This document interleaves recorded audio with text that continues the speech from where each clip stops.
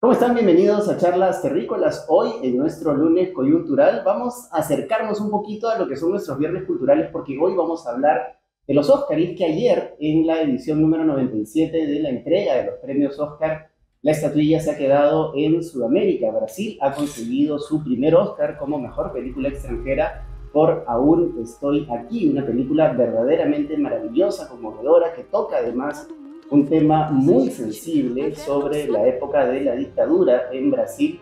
Y precisamente me encuentro con el jefe de la sección cultural de la Embajada de Brasil, Pedro Meneses. Pedro, ¿cómo estás? Muchas gracias por atendernos y felicitaciones porque el pueblo brasileño está de fiesta con Sí, está de fiesta justo y bueno, muchísimas gracias por la oportunidad de hablar contigo. Sí, justo no sé si han visto algunas imágenes, pero estamos en carnaval y fue una doble conmemoración en muchas partes de Brasil. Mientras estaban en bailes de carnaval, se cerró todo por la ceremonia de Óscares y ahí cuando hubo el anuncio de que ganó Aún estoy aquí, la fiesta regresó todavía más fuerte. Sí, no, han sido impresionantes. He visto imágenes en Río, he visto imágenes Sí, en Sao Paulo y en algunas otras ciudades en los que ha sido una verdadera fiesta. Y se esperaba, evidentemente, también el triunfo de Fernando Torres, que claro. también estuvo nominada y que es quien sostiene prácticamente la película y tiene una actuación Sí. tremendamente potente en la cinta. Sí, bastante profunda. Los actores están todos perfectos, desde los actores infantiles, que ni siempre es el caso, hasta Sautomelo, su pareja, pero Fernanda de hecho es la carga emocional principal de la película y es extremadamente sutil, ¿no? No necesita de mucha, ¿cómo se dice? Eh, eh, Fuegos artificiales, ¿no? Pero para transmitir algo muy profundo de lo que es lo que pasa con su familia, con su vida, con el país, ¿no? De alguna manera. Entonces, de hecho, es una actuación impresionante. Fernanda es una joya nacional y ella brilló de manera inédita en esta película. Ahora, vamos a lo que hay detrás de conseguir llegar a los Óscares, porque no es una carrera sencilla. El Perú, de hecho, ha tenido una sola nominación a lo largo de su historia. Nos hemos quedado a mitad de camino y muchas veces muy cerca en Ujú, varias oportunidades, pero precisamente lo que hace que una película llegue a competir siquiera, ujú, y en el caso de Brasil, que ha tenido 5 nominaciones, ujú, es la política pública que se aplica desde el gobierno para que esta película se vea en el ujú. mundo, se distribuya en otros países y la campaña publicitaria que se necesita para que se posicione dentro de los que votan dentro de la academia. Claro, lo que mencionas es importante, ¿no? Este es un logro, claro, de Walter Sales, de Fernanda, de todo el equipo de la película, pero es un logro de, más que eso, de una industria, de una historia del cine brasileño. Entonces, la primera película, de alguna manera, filmada en Brasil fue en 1986, o sea, un año después de los hermanos Lumière. Entonces, es una historia bastante larga pero con sus valles y cumbres, ¿no? Entonces tuvimos muchos momentos de como explosión creativa, inversión y también momentos de crisis total. Lo que mencionas de la inversión del gobierno es de hecho bastante importante. Entonces en Brasil tuvimos esta historia como de la participación estatal. Empieza más o menos 1937 con el Instituto del Cine Educativo, pero fue algo un poco limitado. Lo que se puede decir es que nunca se dejó de hacer cine en Brasil, pero la inversión propiamente dicha estatal más fuerte viene en los 60, 70. Entonces tuvimos una institución súper importante que fue la Embrafilm, una empresa de sociedad mixta, o sea, con inversiones de gobierno, pero también inversiones privadas.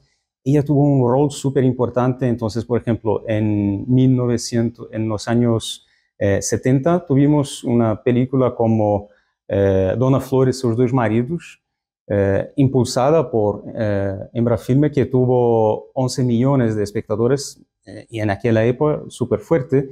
Esta cifra solo fue superada por una película nacional en Brasil en los años 2000. Entonces hubo esta explosión de producción nacional. Eh, Nosotros como latinoamericanos compartimos la experiencia de la crisis de los 80, ¿no? Entonces ahí tuvimos una crisis del Estado, pero también de la industria de cine en Brasil. y Embrafilme cerró en 1990. Entonces hubo este momento de crisis profunda, pero poco a poco, a lo largo de los 90, se reinició esta producción, mucho con inversión privada, pero el gobierno y el Estado brasileño también regresaron al juego más o menos en fines de los 90.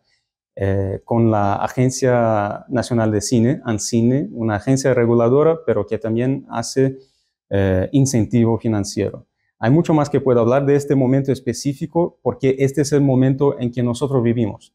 Claro. El logro de ayer es como un logro de 25 años de esta reconstrucción del cine brasileño. Por eso te mencionaba el tema de la política pública y el tema y la importancia de construir industria. La industria no la hace solo el privado, sobre todo en países latinoamericanos que tienen un mercado tan chico. El caso de Brasil podría ser un caso excepcional por el tamaño de Brasil. Sin embargo, son el único país en la región que habla portugués y eso les da una limitación de mercado importante. Pero se ha podido construir industria en Brasil, desde el cine, desde la televisión, incluso desde el teatro. Y eso es un trabajo sostenido que es importante para poder mantener nuevamente, y vale la redundancia, la industria. Es verdad, el cine es una industria cultural, pero es más, es como un ecosistema, no se sostiene con solo algunos elementos.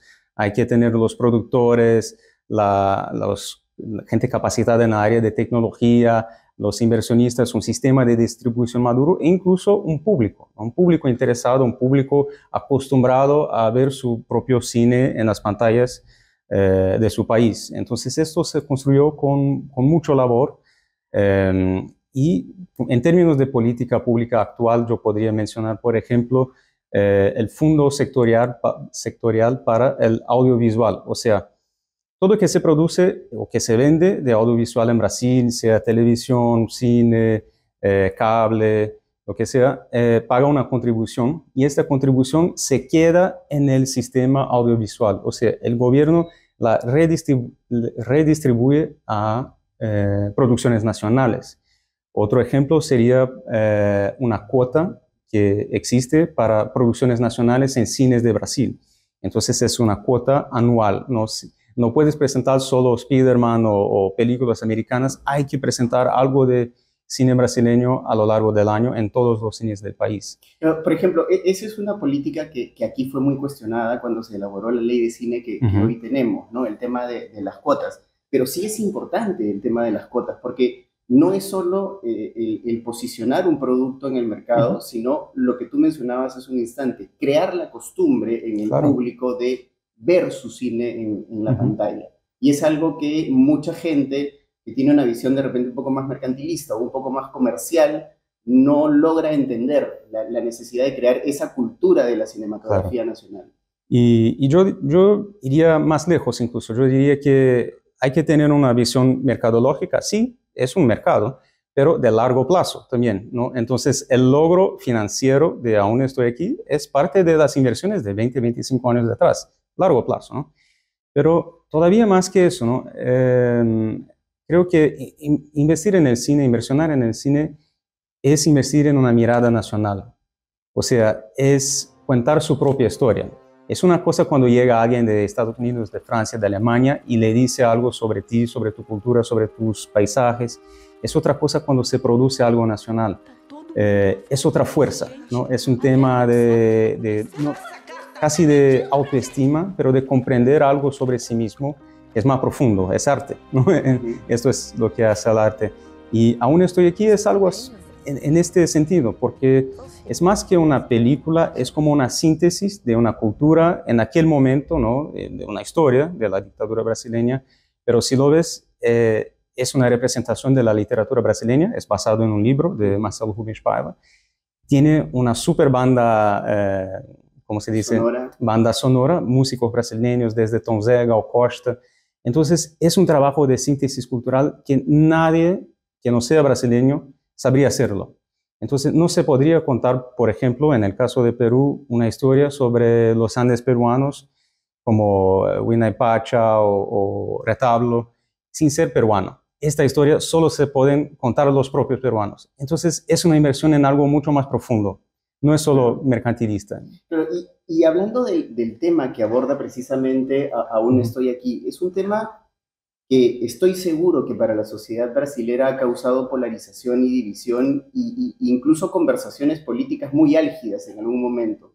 Pero ha llegado también el momento en el que se ha convertido en cine y se ha convertido en una película ganadora del Oscar. Es decir, se ha convertido en algo en lo que es necesario hablar y plasmar en una pantalla. Sí, de verdad, bueno, como muchas sociedades en el mundo hoy, Brasil tiene algo de polarización política y esto se da con los temas del presente y también con el pasado, ¿no? Con la dictadura y todo. Pero creo que uno de los logros de Aún estoy aquí es hablar de eso de un punto de vista que no es como publicitariamente político, sino más humano, humanístico, ¿no? O sea, el enfoque es en una familia, en una mujer, ¿no? Eunice Paiva, y en todo que este contexto histórico hace sobre esta familia, el impacto de este contexto histórico. Entonces, es algo que sobrepasa una división política del día a día, es como mostrar el impacto de la historia sobre una familia. Esto el cine también hace por ti, ¿no?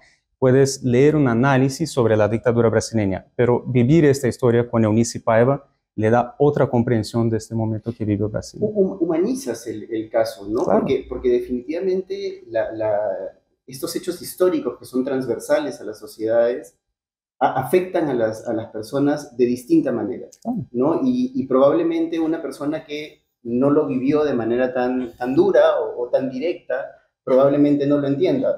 Yo te pongo el ejemplo, aunque las comparaciones siempre son odiosas, con lo ocurrido con el conflicto armado interno aquí en el Perú, ¿no? Entenderlo en su totalidad y a cabalidad requiere de un ejercicio incluso de ponerte en los zapatos del otro. Sí. Y yo creo que eso es algo que logra esta película. Exacto, el cine tiene este poder. Más que un libro de historia, un análisis económica, política, el cine le pone como en la mirada, en las zapatillas de los personajes, pero que a veces personajes reales, como el municipal. Entonces es algo más profundo. Sí, definitivamente. ¿Cómo se construye, Pedro, ya pasando a la parte que tú decías, más comercial, más mercadológica, claro, cómo se construye una industria cinematográfica, una industria audiovisual como la que ha construido Brasil, que ha logrado, a pesar de la barrera idiomática, exportar sus productos a países de toda la región? Nosotros hemos crecido, por ejemplo, con las novelas de O Globo, ¿no? Y de otras cadenas brasileras, y hemos conocido la cultura brasilera a través de ellas. Bueno, creo que las inversiones del Estado son una parte, como hablamos, pero hay algo de la calidad propia, ¿no? En que las barreras de la lengua existen. Por ejemplo, exportar una película de Argentina para Perú es bastante más fácil, ¿no? Los costos son un poco menores, se puede leer incluso el material promocional de la película en el original, pero la fuerza y la originalidad del producto inicial creo que es absolutamente esencial, y hay que tener también una mirada como del Estado al exterior. Esto intentamos hacer nosotros como Ministerio de Relaciones Exteriores, Ministerio de Cultura, de tener estrategia, ¿no? De promocionar las películas en festivales que sean estratégicos, ¿no? No se empieza tal vez por el Oscar, sino tal vez por Berlín, Venecia, Sundance, por ahí va. Entonces hay que tener esta mirada estratégica. Y hay que mencionar también el rol de los traductores, ¿no? Hay una frase que me encanta de Saramago, José Saramago, el escritor portugués, que dice que la literatura nacional los hacen los autores, la literatura universal lo hacen los traductores, sí. Entonces hay todo un plantel de profesionales que es parte de esta divulgación internacional. De este ecosistema que tú habías hablado, ¿no? Porque producir una película evidentemente no es solo actores, directores, es un crew tremendo detrás de la producción cinematográfica, y detrás de eso hay gente involucrada en la distribución, en la traducción del producto, en fin, es todo un mundo gigante que forma parte de un ecosistema. Sí, y este ecosistema del audiovisual es múltiple, ¿no? Entonces, por ejemplo, el caso de Brasil, tenemos las novelas, las telenovelas, y los profesionales de las telenovelas a veces son los mismos del cine, o entrenaron a la gente del cine, o publican tesis y trabajos académicos que van a fomentar un desarrollo de cine y lo contrario también, ¿no? Y hoy día tenemos este otro elemento que es el streaming, por ejemplo. Es un mercado que está siempre cambiando. Me preguntaste, por ejemplo, y ya cambiando un poquito de tema, sobre el rol del Estado. Hoy día, hace como 2 meses, se anunció un streaming del gobierno brasileño, que no va a competir, no sé, con Netflix. No es exactamente el intuito, sino de preservar las películas brasileñas y presentarlas a un nuevo público que no tiene el hábito de... Es decir, una plataforma de streaming, pero de propiedad del gobierno brasileño. Exacto, y empleando sobre todo el acervo del Estado brasileño con los clásicos de cine de los 70, 60, 80, qué sé yo, pero para un público que no consume el cine como consumíamos nosotros en otras décadas, ¿no? Entonces, de mantener esta relación con el cine nacional por otros medios. Y puedo hablar también sobre las inversiones de los gigantes de streaming en Brasil, que hoy día son muy fuertes. Pero, y por ese lado iba mi siguiente pregunta. ¿Cómo hacer que el país sea atractivo para producciones internacionales? Es decir, a través de sus leyes de cine, muchos países de la región, como Argentina, Chile, el mismo Brasil, Colombia, entre otros, son países que de alguna manera fomentan que producciones extranjeras o de grandes dimensiones puedan llegar a sus respectivos países. Aquí en el Perú eso está limitado de alguna manera porque las importaciones temporales son carísimas, por ejemplo, los aranceles por importaciones temporales son altísimas, y eso hace que el país, que tiene un montón de escenarios naturales lindos, sea poco atractivo para los productores que finalmente están buscando la parte de beneficio económico. Creo que en el caso de Brasil todavía las leyes no han alcanzado el sistema de streaming, ¿no? Entonces, por ejemplo, esta contribución que mencioné que todos pagan, ¿no? Desde la televisión hasta el cine, todo. Esto todavía no se aplica al streaming. Entonces, estamos como un paso detrás del streaming en este sentido. Y hay discusiones para una ley que reglamenta el sector de streaming en Brasil hoy día. No existe todavía. Pero lo que creo que hizo más atractivo en Brasil para los productores de streaming es justo este ecosistema. Ya estaba listo, ¿no? Los profesionales están ahí, el maquinario, la experiencia, y las inversiones han sido bastante impresionantes, ¿no? Por ejemplo, Senna, la serie de Netflix, fue producida en Brasil a un costo de $170 millones. Es la más costosa de la historia de Brasil. Y es impresionante, es súper bien hecha, pero significa como una apuesta de largo plazo y una apuesta que logró éxito, ¿no? Creo que es de las 10 más vistas en Netflix, fuera lengua inglesa, ¿no? No, pero buenísima. Además, está muy bien realizada, muy bien hecha, el guión muy bien contado y lo resume. Y para finalizar, Pedro, hablemos de lo que significa también el cine, la cultura en general, como una herramienta de soft power, ¿no? De poder blando, para poner en agenda temas, para hablar de temas, para posicionar, vale la redundancia, posiciones de los países sobre determinados temas a través de su cultura y a través de su arte. Bueno, esto es algo creo que Perú y Brasil tienen en común, ¿no? Esto de la cultura que es tan exuberante, que es valorada a veces al exterior de manera que nos sorprende, ¿no? Entonces, en Brasil tenemos la música, que es a veces la cuña inicial por donde entran otros tipos de producción cultural brasileña. Pero de hecho, si vas a cualquier parte del mundo, hay una impresión positiva de lo que es el Brasil y el brasileño por el tema de la cultura, ¿no? Sea el fútbol, que es parte de cultura también, sea la música, sea carnaval, sea la literatura, sea el cine.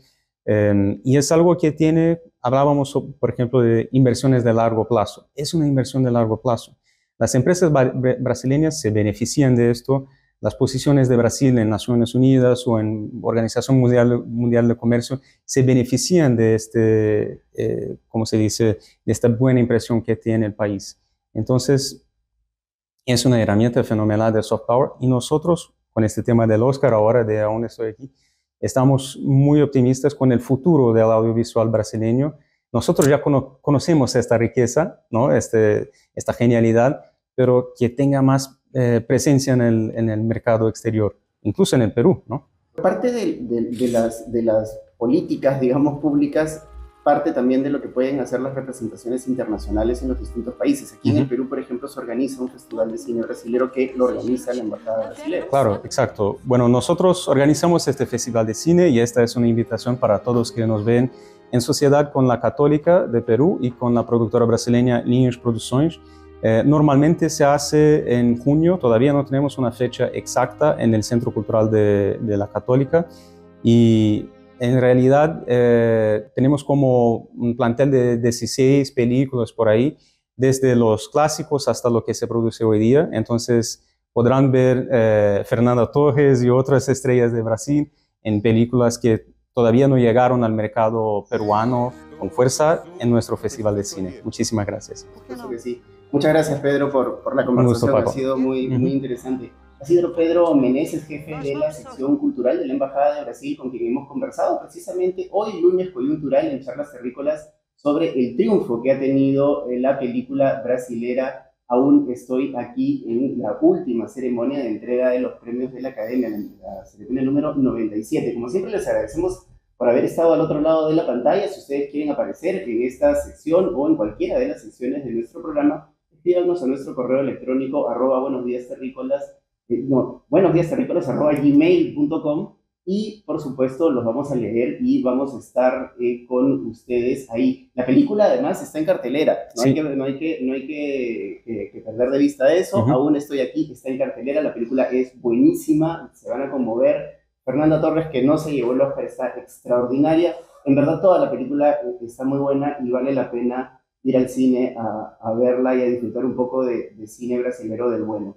Muchas gracias por haber estado del otro lado de la pantalla y como siempre los invitamos a suscribirse a nuestro canal de YouTube, donde van a encontrar todo el contenido periodístico que producimos para ustedes. Conmigo será hasta la próxima. Nos vemos. Chao.